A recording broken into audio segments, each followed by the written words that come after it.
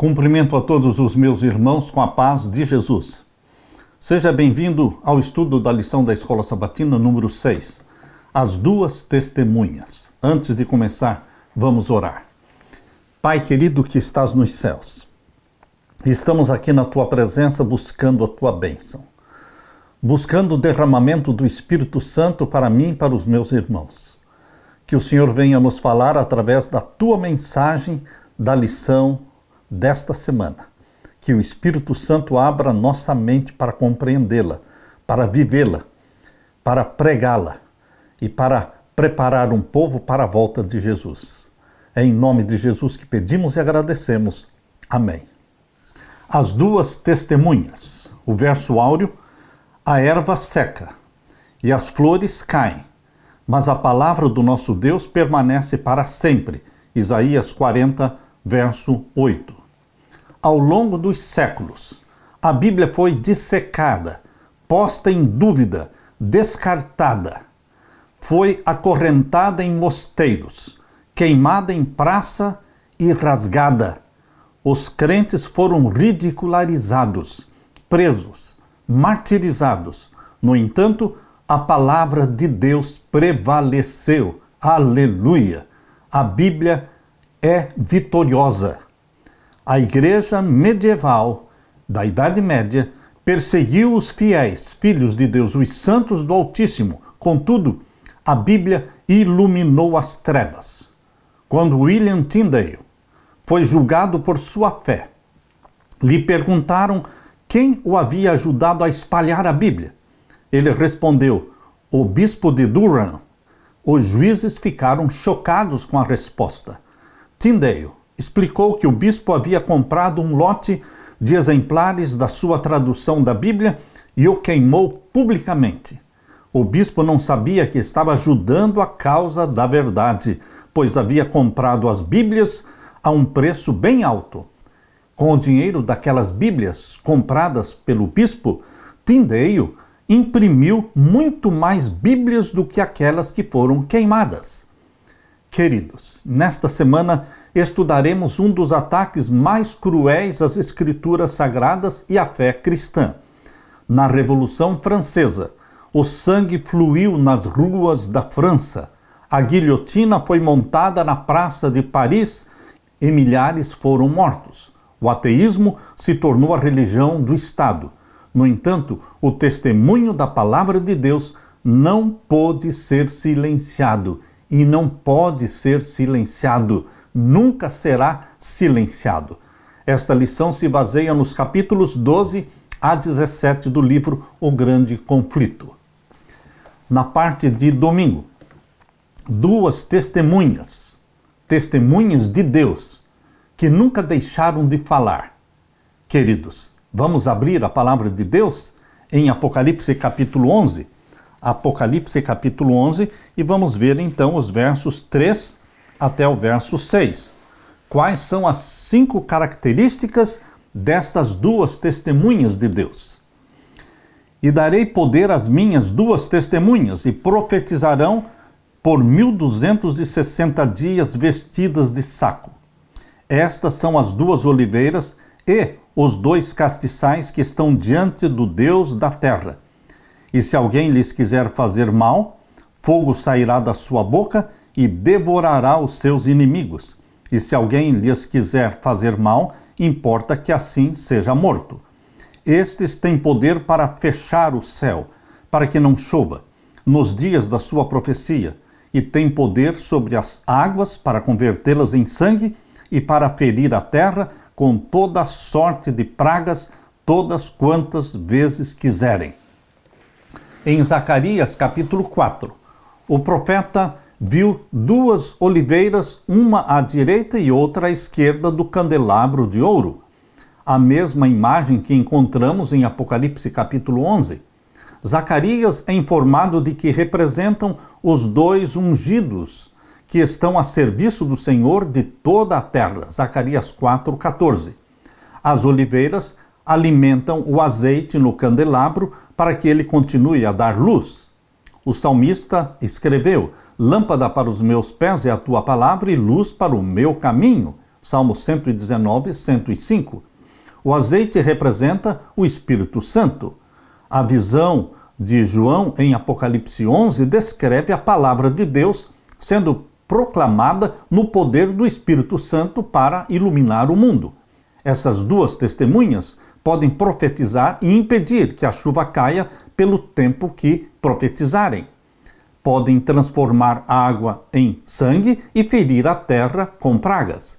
Pela palavra de Deus, Elias, o profeta de Deus, disse que nenhuma chuva cairia sobre Israel por 3 anos e meio, e em resposta à sua oração, não houve chuva por 3 anos e meio, conforme Tiago 5,17.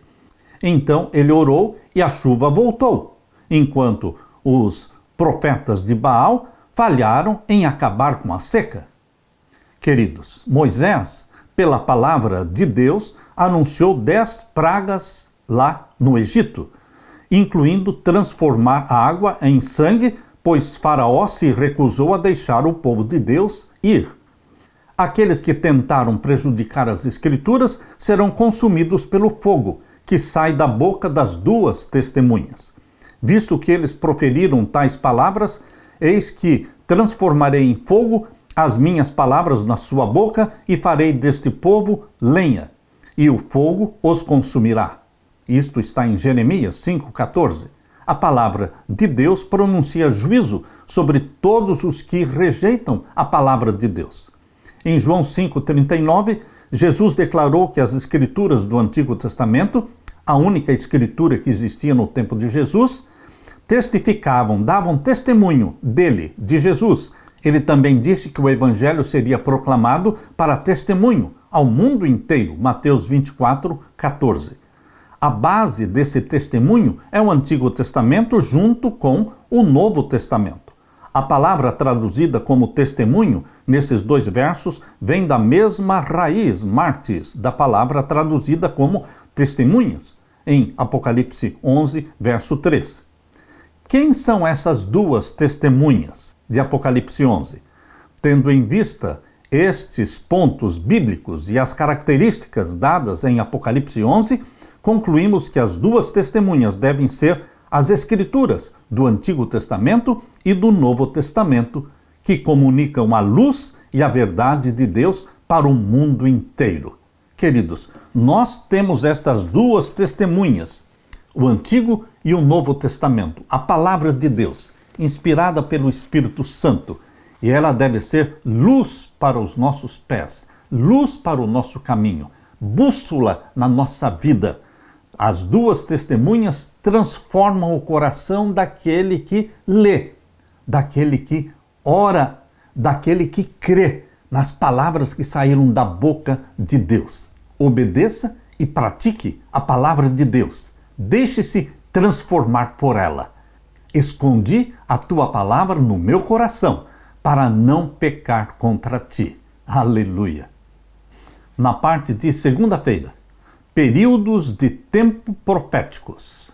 A Bíblia nos mostra profecias de tempo profético, quando um dia vale 1 ano, conforme Números capítulo 14, verso 34, Deus diz, 1 dia te dei para cada ano.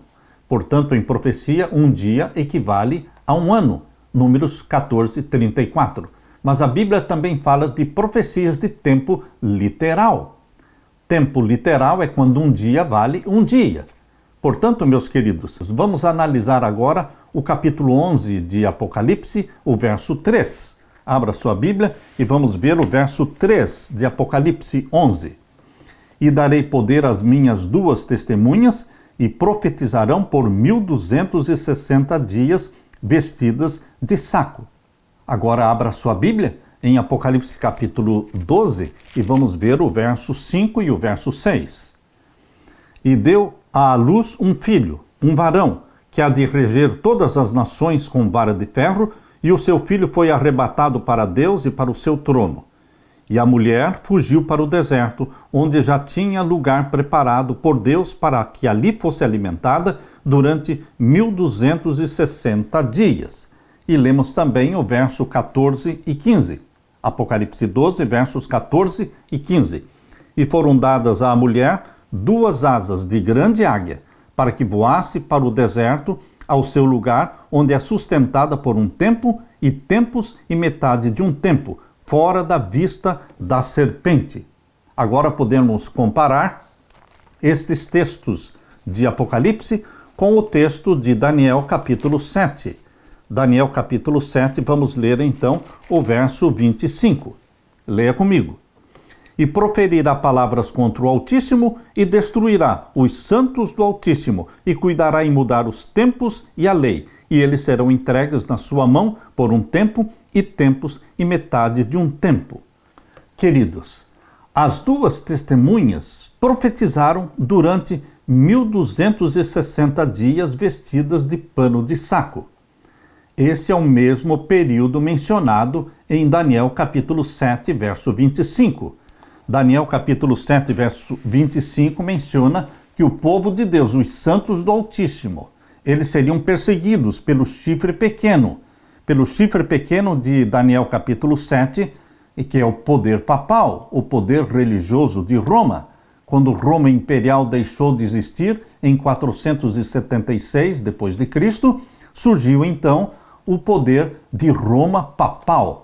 Roma papal perseguiu os santos do Altíssimo, pretendeu e tentou mudar a lei de Deus. Humanamente, este poder mudou a lei de Deus, mas, diante de Deus, os 10 mandamentos permanecem intactos, irrevogáveis. Mas aqui diz em Daniel 7,25 que este poder proferiria palavras contra o Altíssimo, destruiria os santos do Altíssimo e cuidaria em mudar os tempos e a lei, e os santos de Deus seriam entregues na sua mão por um tempo, tempos e metade de um tempo. Ou seja, um tempo, 1 ano, 2 tempos, 2 anos, e metade de um tempo, meio ano. São 3 anos e meio proféticos, porque um dia em profecia equivale a 1 ano, conforme Números 14, verso 34. Portanto, queridos, os 1260 anos de perseguição ao povo de Deus, este período é chamado de supremacia papal da Idade Média, que começou no ano 538 e terminou em 1798. O que aconteceu em 538? Os ostrogodos foram derrubados, foram destruídos. Roma papal não somente perseguiu o povo de Deus, como tentou mudar a lei de Deus, eliminando o 2º mandamento da lei de Deus, que proíbe a adoração de imagens, e eliminando também o 4º mandamento da lei de Deus, que diz, lembra-te do dia do sábado para o santificar. 6 dias trabalharás, farás toda a tua obra, mas o 7º dia é o sábado do Senhor teu Deus. Nele não farás nenhuma obra. Roma papal eliminou o 2º mandamento, que proíbe a adoração de imagens, e eliminou o 4º mandamento, substituindo-o com o mandamento papal que diz guardar domingos e festas. Portanto, queridos, além de perseguir o povo de Deus, tentou mudar a lei de Deus. Outro grande erro de Roma papal é que tentou destruir a palavra de Deus, esconder a palavra de Deus, impedir que o povo tivesse acesso à palavra de Deus para estudá-la. Quando a autoridade das Escrituras é negligenciada, autoridades humanas tomam o lugar da autoridade bíblica. Isso muitas vezes leva à perseguição dos que defendem a Bíblia, o que ocorreu no tempo do domínio papal de 538 a 1798 d.C., quando a Igreja da Idade Média mergulhou em profunda escuridão espiritual. Os decretos humanos substituíram os mandamentos de Deus. As tradições ofuscaram a simplicidade do Evangelho. A Igreja Romana se uniu ao poder secular para estender sua autoridade sobre toda a Europa. Durante esses 1260 anos de supremacia papal na Idade Média, a palavra de Deus, as 2 testemunhas, Antigo e Novo Testamento, foram revestidas de pano de saco. Suas verdades estavam escondidas sob uma vasta pilha de tradições e rituais. Essas 2 testemunhas ainda profetizavam, a Bíblia ainda falava. Havia aqueles que a apreciavam e viviam de acordo com os seus preceitos. mas, em comparação com as massas na Europa, eram poucos. Pequeno foi o remanescente que permaneceu fiel a Deus durante a Idade Média. Os valdenses, por exemplo, seguidores de Pedro Valdo, João Hus, Jerônimo, Martim Lutero, Ulrico Zwinglio, João Calvino, João Wesley e Carlos Wesley. Muitos outros reformadores foram fiéis à palavra de Deus durante este período da supremacia papal da Idade Média. Queridos, a história vai se repetir. O que nós vimos no passado vai se repetir agora nesta última geração, antes da volta de Jesus. Haverá novamente uma supremacia papal através da ordem mundial. Nova ordem mundial é a supremacia papal do tempo do fim, porque todos os reinos da terra, todos os países, todos os líderes mundiais, eles vão se submeter ao papado e vão obedecer aos decretos e às leis papais.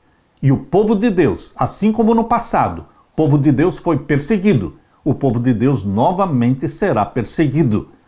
A profecia está mostrando para você e para mim que a história se repete, mas o remanescente fiel de Deus existe hoje e você está sendo chamado por Deus para fazer parte deste remanescente fiel que não obedece leis humanas, mas obedece pelo poder do Espírito Santo a lei de Deus, pois a tem gravada no coração, gravada, memorizada na mente. E nós temos a alegria, o prazer e o poder do Espírito Santo para obedecer os mandamentos de Deus. Aleluia! Na parte de terça-feira, as duas testemunhas são mortas. As duas testemunhas são Antigo e Novo Testamento. Elas foram mortas, destruídas durante os 1260 anos de supremacia papal, na Idade Média, 538 até 1798. Nós vemos isto na profecia de Daniel capítulo 7. Ali temos os 4 animais representando os impérios mundiais. O leão representando Babilônia, o urso representando a Medo-Pérsia e o leopardo representando a Grécia. E então veio a divisão do Império Grego pelos 4 generais de Alexandre e depois surgiu Roma, representado pelo animal terrível com 10 chifres. E na visão de Daniel capítulo 7, mostra que no meio dos 10 chifres do 4º animal, representando o Império Romano, no meio dos 10 chifres começou a surgir um chifre pequeno. E para que este chifre pequeno crescesse, ele teve que derrubar 3 daqueles 10. Isso você pode ver claramente aqui em Daniel capítulo 7. E vamos ver aqui o verso 8. Estando eu considerando os chifres, ou seja, os 10 chifres, eis que entre eles subiu um outro chifre pequeno, diante do qual 3 dos chifres primeiros foram arrancados. E eis que neste chifre havia olhos como olhos de homem e uma boca que falava grandiosamente. E a palavra de Deus explica aqui, no mesmo capítulo 7 de Daniel, e o verso 23.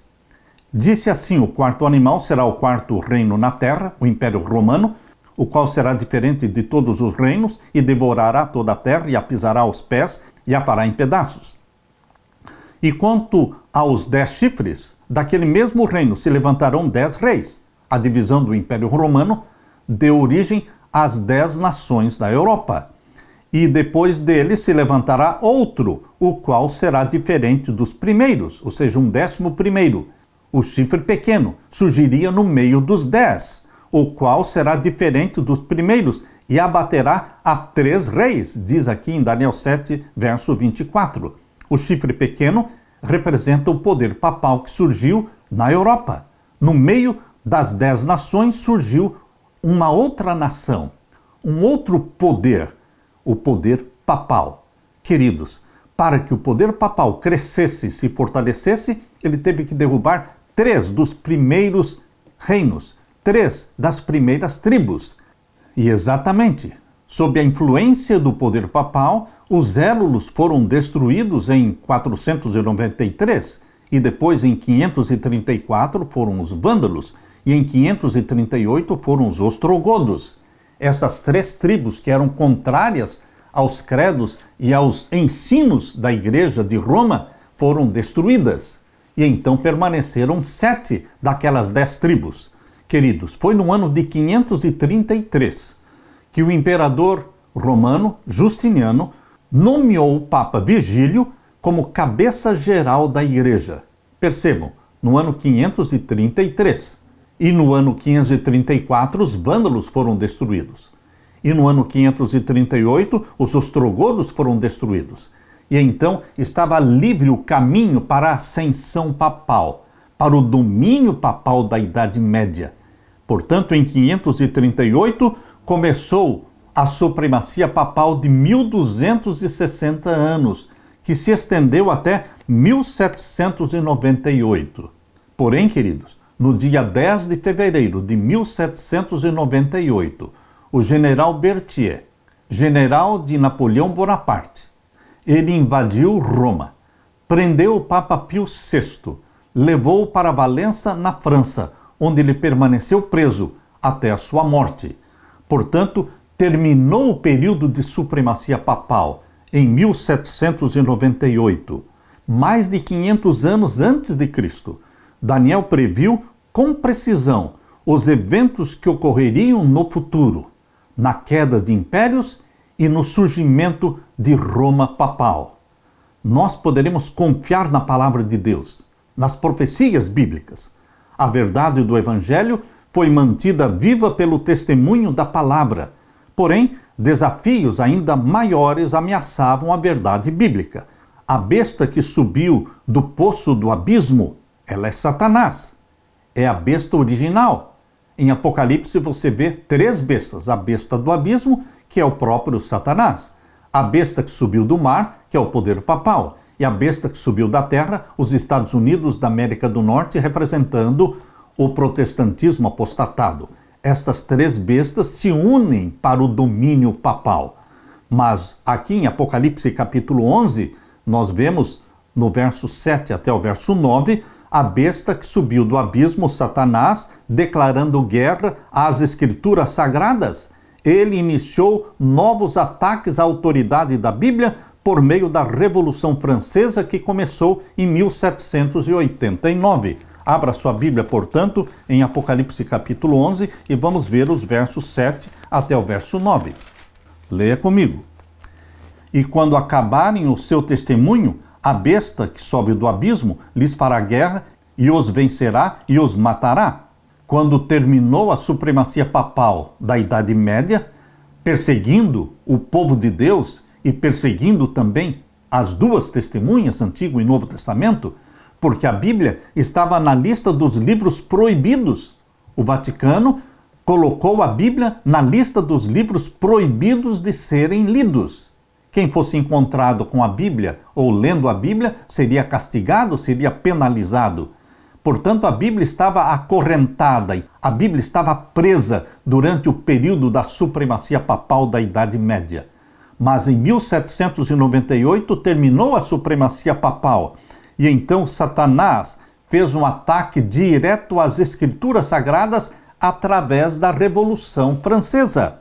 E quando acabarem o seu testemunho dos 1260 anos, a besta que sobe do abismo, que é Satanás, lhes fará uma guerra e os vencerá e os matará. Durante a Revolução Francesa, a Bíblia foi queimada, a Bíblia foi destruída. O governo francês estabeleceu oficialmente um culto chamado culto da razão, como uma religião ateísta destinada a substituir o cristianismo. Um festival da razão foi realizado em todo o país da França em 10 de novembro de 1793. Um culto ao ateísmo, à deusa da razão. Igrejas foram transformadas em templos da razão e uma mulher prostituta foi entronizada como a deusa da razão. Bíblias foram queimadas nas ruas. Deus foi declarado inexistente e foi decretado que a morte é um sono sem fim. Satanás atuou por meio de homens ímpios para matar as duas testemunhas de Deus, Antigo e Novo Testamento. Seus cadáveres ficaram atirados na praça da grande cidade que espiritualmente se chama Sodoma e Egito, a cidade de Paris, onde também o seu Senhor foi crucificado. Apocalipse 11, verso 8. O Egito tinha uma cultura de muitos deuses que negava o verdadeiro Deus, conforme Êxodo capítulo 5, verso 2. Sodoma representa a imoralidade. Pois bem, na Revolução Francesa, as duas testemunhas de Deus, Antigo e Novo Testamento, jaziam mortas devido ao ateísmo e à imoralidade desenfreados, enquanto as restrições normais eram afrouxadas na Revolução e no derramamento de sangue.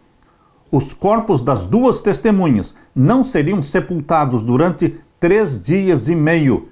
Apocalipse 11, verso 9. Abra sua Bíblia e leia comigo Apocalipse 11, verso 9. E os homens de vários povos, e tribos, e línguas, e nações, verão seus corpos mortos por 3 dias e meio, e não permitirão que os seus corpos sejam postos em sepulcros. Pois bem, queridos, o ateísmo esteve no seu auge na Revolução Francesa por cerca de 3 anos e meio. Esse período se estendeu do dia 26 de novembro de 1793, quando um decreto de Paris aboliu a religião, e no dia 17 de junho de 1797 é a data em que o governo francês removeu suas leis religiosas restritivas. Portanto, os 3 anos e meio em que Antigo e Novo Testamento permaneceram como que mortos, se cumpriu na profecia da Revolução Francesa. Se cumpriu no decreto feito na França abolindo a Bíblia, abolindo a religião. Isto durou do ano 1793 até o ano de 1797, por 3 anos e meio. Mas a Bíblia diz que as duas testemunhas, que pareciam mortas, elas reviveriam, elas seriam novamente exaltadas. Aleluia! A Bíblia pode ser combatida, a Bíblia pode ser desprezada, pode ser acorrentada, mas ninguém pode vencer a Bíblia, porque é a palavra de Deus, é a palavra viva de Deus. É um livro odiado pelos que não amam a Deus, mas é um livro amado pelos filhos e filhas de Deus. A Bíblia é a única regra de fé e prática dos santos do Altíssimo. Queridos, entesourando a Bíblia no nosso coração, lendo a Bíblia com meditação e com oração diariamente, nossa vida será conduzida para o céu. Nós estaremos preparados para a volta de Jesus. Aleluia! Na parte de quarta-feira, as duas testemunhas ressuscitam. Apocalipse capítulo 11, e agora o verso 11. Depois daqueles 3 dias e meio, ou seja, 3 anos e meio, de 1793 a 1797. Depois daqueles 3 dias e meio, o Espírito de vida vindo de Deus entrou nas suas duas testemunhas. E puseram-se sobre os seus pés, e caiu grande temor sobre os que os viram. Queridos, no ano de 1804 foi criada a primeira sociedade bíblica do mundo, a Sociedade Bíblica da Inglaterra, espalhando a Bíblia, colocando a Bíblia na mão das pessoas, colocando Bíblia em cada casa, em cada lar. Isso foi no ano de 1804, exatamente logo após os 3 anos e meio em que a Bíblia foi assassinada, os 3 anos e meio em que a Bíblia permaneceu proibida pelas leis da França. A Bíblia reviveu e Deus usou a Sociedade Bíblica da Inglaterra em 1804. E logo em 1816 foi a Sociedade Bíblica Americana, foi fundada, espalhando Bíblia para o mundo inteiro. A Bíblia foi exaltada. A Bíblia foi introduzida nos lares e na vida das pessoas.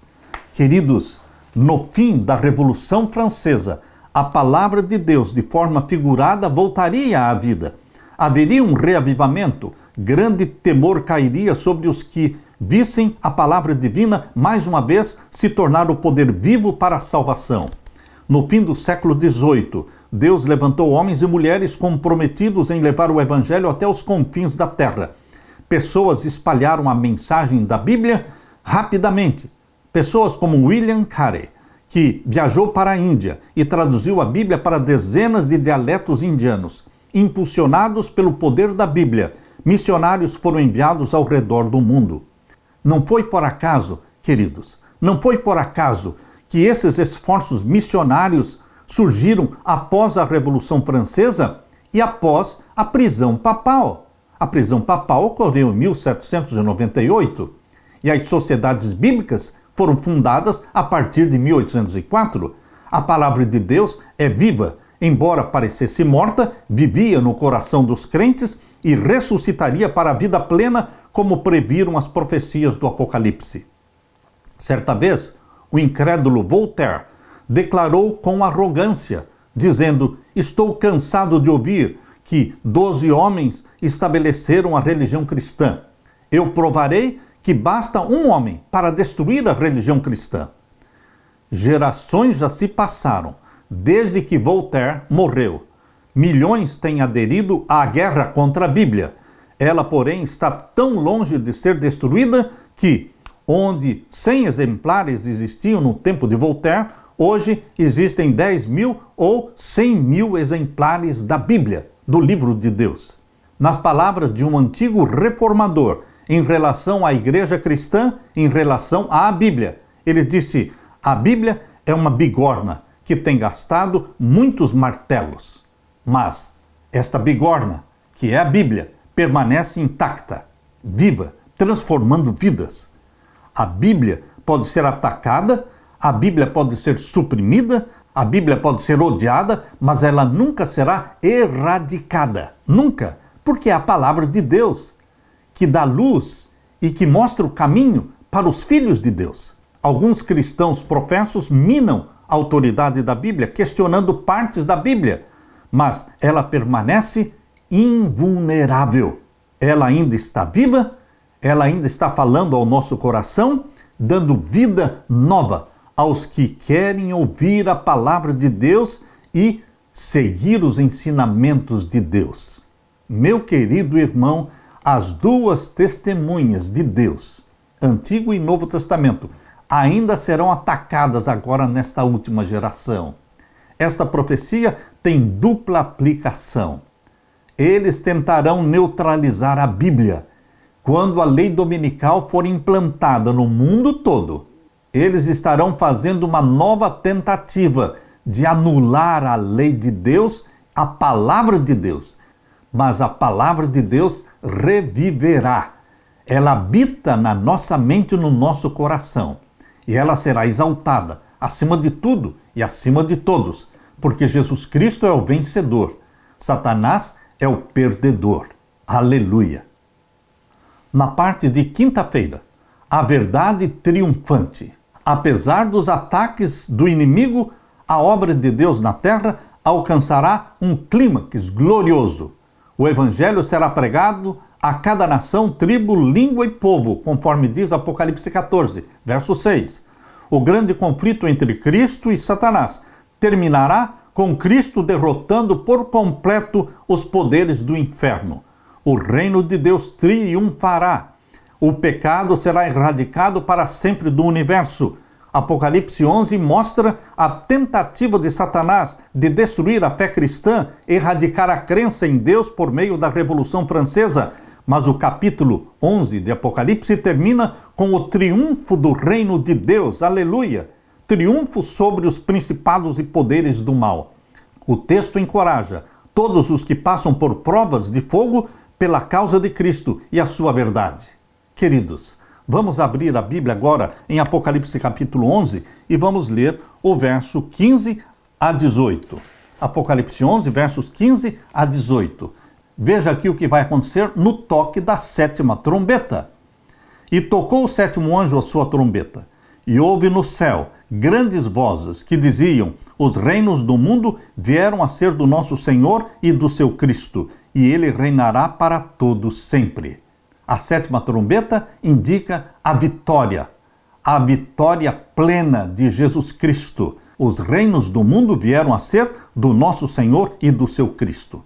E o verso 16, e os 24 anciãos que estão assentados em seus tronos, diante de Deus, prostraram-se sobre os seus rostos e adoraram a Deus.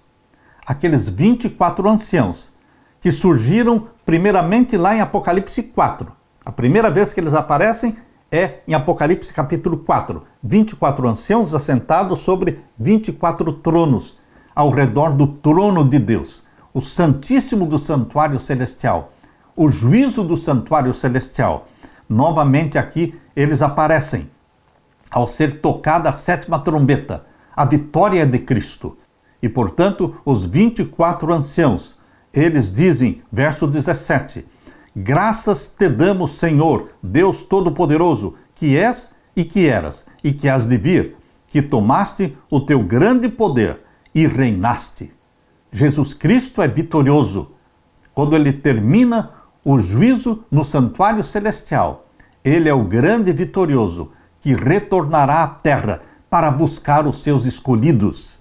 E o verso 18, iraram-se as nações, e veio a tua ira, e o tempo dos mortos, para que sejam julgados, e o tempo de dares o galardão aos profetas, teus servos, e aos santos, e aos que temem o teu nome, a pequenos e a grandes, e o tempo de destruíres os que destroem a terra. Meu querido irmão, o toque da 7ª trombeta anuncia a vitória final, total, de Jesus Cristo sobre Satanás. Os reinos do mundo se tornam do nosso Senhor vitorioso. O mal é derrotado, Jesus vence e Satanás perde. A justiça triunfa, a verdade reina. Devemos prestar atenção à seguinte instrução: aquilo que é edificado sobre a autoridade do homem será destruído, mas o que está alicerçado na rocha da imutável palavra de Deus permanecerá para sempre. Agora vejam o que João viu nesta visão, ao tocar a 7ª trombeta. O que ele viu? Leia comigo o verso 19, Apocalipse 11, verso 19. E abriu-se no céu o templo de Deus. Quando vai ser aberto no céu o templo de Deus? Ao toque da 7ª trombeta. E o que João viu ao se abrir o templo no céu? Abriu-se no céu o templo de Deus e a arca do seu concerto foi vista no seu templo. João contemplou em visão a arca do concerto no Santíssimo do Santuário Celestial. A arca do concerto no céu é a original, é a verdadeira. Aquela arca do concerto que existia no santuário terrestre era uma cópia, mas lá está a arca do concerto original, lá estão os 10 mandamentos originais, que nunca foram destruídos. Meu querido irmão, assim como Deus é santo, justo e bom, a sua lei também é santa, justa e boa. Assim como Deus é eterno, a sua lei é eterna. E Deus vai mostrar a sua lei. Deus vai revelar os 10 mandamentos em 2 tábuas de pedra. Deus segurará as 2 tábuas de pedra no céu. A lei de Deus será estampada no céu, no toque da 7ª trombeta. E os homens ímpios e os santos de Deus, todos terão que ler os 10 mandamentos estampados no céu. Lerão mandamento após mandamento. E lerão o 4º mandamento que diz: lembra-te do dia do sábado para o santificar. Deus nunca mudou o sábado para o domingo. E os ímpios terão que ler este mandamento no céu. Os santos de Deus leem os 10 mandamentos com alegria. Os ímpios leem os 10 mandamentos com terror e com tremor. Porque a porta da graça já estará fechada. Quando a 7ª trombeta for tocada, a porta da graça já estará fechada. Não existe mais arrependimento, não existe mais salvação. Quem está perdido, está perdido. E quem está salvo, está salvo. Quem foi selado pelo selo do Deus vivo, está salvo. E quem foi selado pelo sinal da besta, está perdido. Meu querido irmão, ao tocar a 7ª trombeta, a lei de Deus será revelada no céu. Mas não somente isto, no toque da 7ª trombeta, também vai ocorrer outro grande evento anunciado em Apocalipse 10. Em Apocalipse capítulo 10 e o verso 7. Leia comigo. Mas nos dias da voz do 7º anjo, quando tocar a sua trombeta. Está prestando atenção? Nos dias da voz do sétimo anjo, quando tocar a sua trombeta. Está se referindo ao toque da sétima trombeta. O que vai acontecer? Se cumprirá o segredo de Deus, como anunciou aos profetas, seus servos. O segredo de Deus, conforme Jesus falou em Mateus, capítulo 24, verso 36, é o dia e a hora da sua vinda. O dia e a hora da volta de Jesus é o grande segredo que Deus mantém. Mas este segredo será revelado. Quando? No toque da sétima trombeta. Deus revelará o segredo dele, o segredo de Deus se cumprirá, como anunciou aos profetas os seus servos. Que grande regozijo, que grande alegria é a sua e a minha, ao sabermos que no toque da sétima trombeta a lei de Deus será estampada no céu. Os santos de Deus lerão com alegria os 10 mandamentos e os ímpios lerão com tristeza, com terror e com tremor. Mas Deus anunciará o dia e a hora da volta de Jesus. A voz de Deus é como a voz de um trovão. Os santos de Deus, olhando para cima, tendo seus rostos iluminados de santa consagração, ouvirão a voz de Deus e entenderão a voz de Deus declarando o dia e a hora da volta de Jesus no toque da sétima trombeta. Os ímpios ouvirão a voz de Deus, mas não entenderão nada. Bendito seja Deus, que a verdade vai triunfar. Jesus Cristo é o vitorioso, Satanás é o perdedor. Vencerão com Jesus Cristo aqueles que estão com Jesus Cristo. Estão ligados a Jesus Cristo pelo sangue do Cordeiro. Estão ligados a Jesus Cristo porque nasceram da água e do Espírito. Nasceram do Espírito e foram batizados pelo Espírito Santo e selados pelo selo do Deus vivo.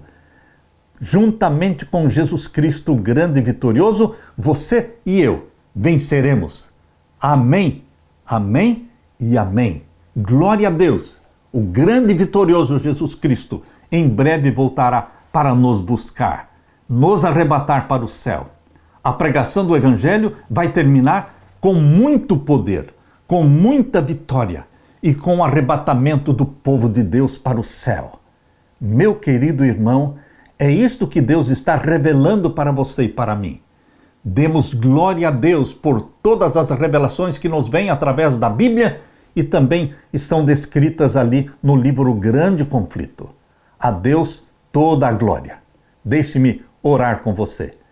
Pai querido que estás nos céus, nós te agradecemos de coração pelas revelações das profecias de Daniel e de Apocalipse. Nós te agradecemos também pelas revelações feitas no livro Grande Conflito. Pai eterno, nós estamos ansiosos por tua vinda. Volte logo, querido Jesus, nos buscar. Apressa-te, Jesus Cristo.